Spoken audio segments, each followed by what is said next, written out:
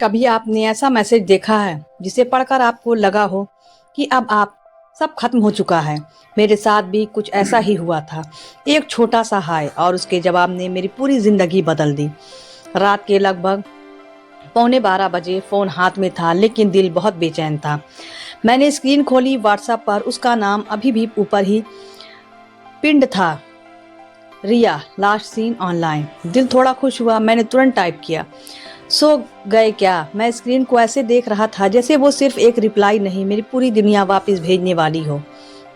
लेकिन जो रिप्लाई आया वो रिया का नहीं था। कौन हो तुम? उस एक लाइन ने मेरे अंदर कुछ तोड़ दिया। मेरे हाथ कांपने लगे, दिल की धड़कन अचानक तेज हो गई। मैंने फिर टाइप किया, रिया कहाँ है? कुछ सेकंड जो मुझे मिनटों जैसे लगे। फिर रिप्लाई आया, रिया अब मुझसे बात करती है, तुमसे नहीं।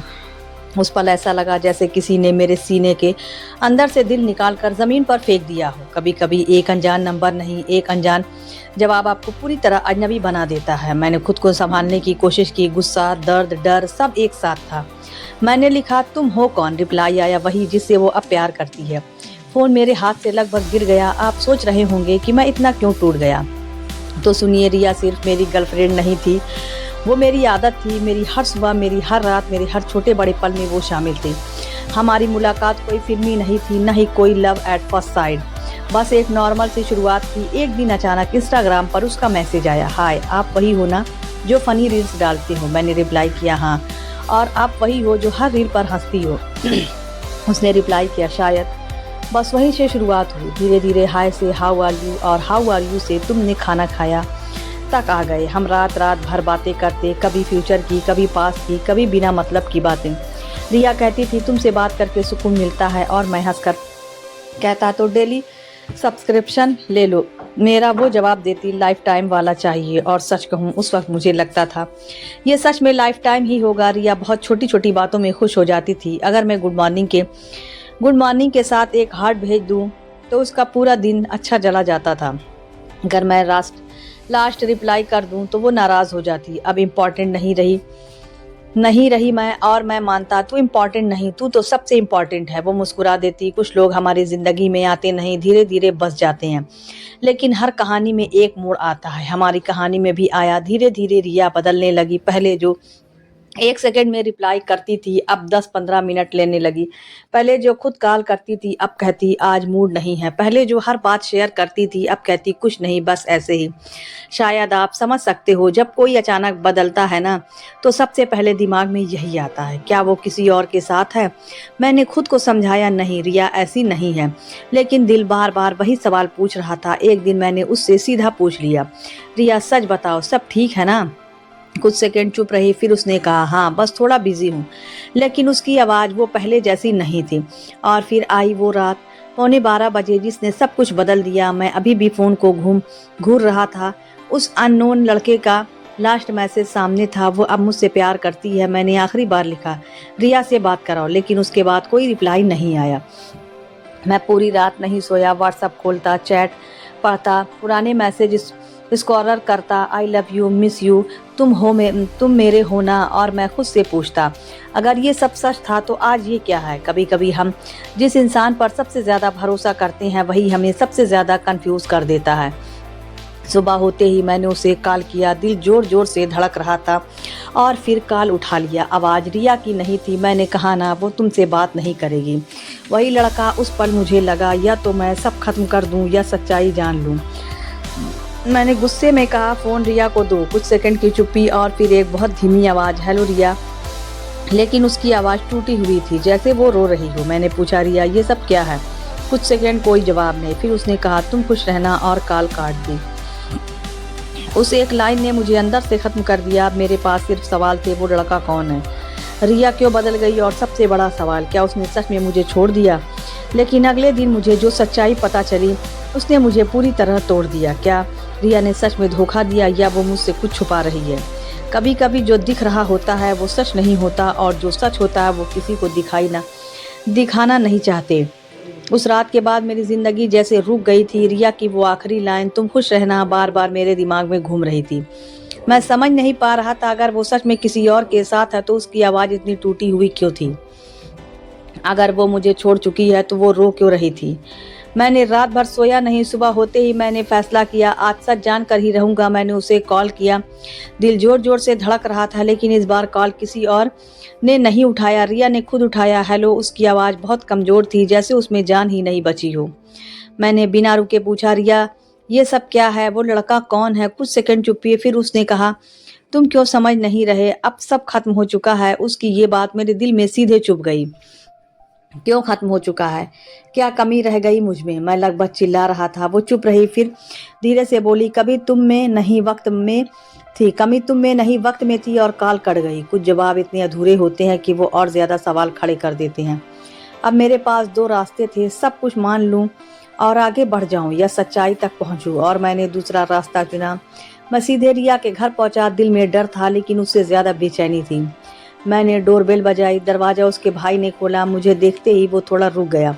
तुम वही हो ना? मैंने जल्दी से कहा, रिया से मिलना है। उसने मेरी आंखों में देखा, जैसे वो कुछ समझ गया हो, फिर धीरे से बोला, तुम अंदर आओ। घर में अजीब सी खामोशी थी, न टीवी की आवाज, न किसी की हंसी। सब कुछ बहुत भारी लग रहा था। मेरा दिल और घबराने लगा। मैंने पूछा, रिया कहाँ है? उसने जवाब दिया, हॉस्पिटल में। मेरे पैरों तले जमीन खिसक गई। क्या हुआ उसे? मेरी आवाज़ कांप रही थी। उसने एक गहरी सांस ली और कहा, रिया को कैंसर है। उस एक लाइन ने मेरे अंदर सब कुछ तोड़ दिया। मुझे लगा मैंने शायद गलत सुना क्या। उसने फिर कहा, हाँ, लास्ट स्टेज। मेरी आंखों से आंसू अपने आप निकलने लगे, लेकिन उसने मुझे बताया क्यों नहीं। उसने जो जवाब दिया वो मेरी सोच से भी ज़्यादा पेनफुल था, क्योंकि वो तुम्हें खोना नहीं चाहती थी, लेकिन तुम्हें दर्द में भी नहीं देख सकती थी। अब सब कुछ क्लियर हो रहा था। वो लड़का कोई बॉयफ्रेंड नहीं था, वो उसका कजिन था, जो मुझे दूर रखने के लिए वो सब बोल रहा था, ताकि मैं खुद ही पीछे हट जाऊं। कभी कभी प्यार में लोग धोखा नहीं देते, बस खुद को बुरा बनाकर सामने वाले को बचा लेते हैं। मैं तुरंत हॉस्पिटल पहुंचा। हर कदम भारी था। दिल में एक ही डर, कहीं बहुत देर ना हो जाए। मैं उसके रूम के बाहर खड़ा था। दरवाज़ा थोड़ा सा खुला था। मैंने अंदर झांका और जो मैंने देखा वो मैं कभी भूल नहीं सका। रिया वो बेड पर थी, कमज़ोर बहुत ज़्यादा। उसके बाल लगभग गिर चुके थे, चेहरा पीला पड़ गया था, लेकिन उसकी आंखें अब भी वही थी, वही प्यार, वही सुकून। मैं धीरे धीरे उसके पास गया। उसने मुझे देखा और हल्का सा मुस्कुराई। तुम आ गए, बस ये तीन शब्द और मैं टूट गया। मैं उसके पास बैठ गया, उसका हाथ पकड़ा। वो बहुत ठंडा था। तुमने बताया क्यों नहीं? मेरी आवाज़ रोते रोते टूट रही थी। वो मुस्कुराई। बताती तो तुम चले जाते। मैं तुरंत बोला, कभी नहीं। वो धीरे से बोली, इसलिए नहीं बताया, मैं नहीं चाहती थी कि तुम मुझे इस हालत में देखो। मैं चाहती थी कि तुम्हारी यादों में मैं वही रहूं, जो हंसती थी, लड़ती थी, प्यार करती थी। मैं कुछ बोल ही नहीं पाया। कभी कभी लोग दूर इसलिए नहीं जाते कि वो हमसे प्यार नहीं करते, बल्कि इसलिए जाते हैं क्योंकि वो हमसे बहुत ज़्यादा प्यार करते हैं।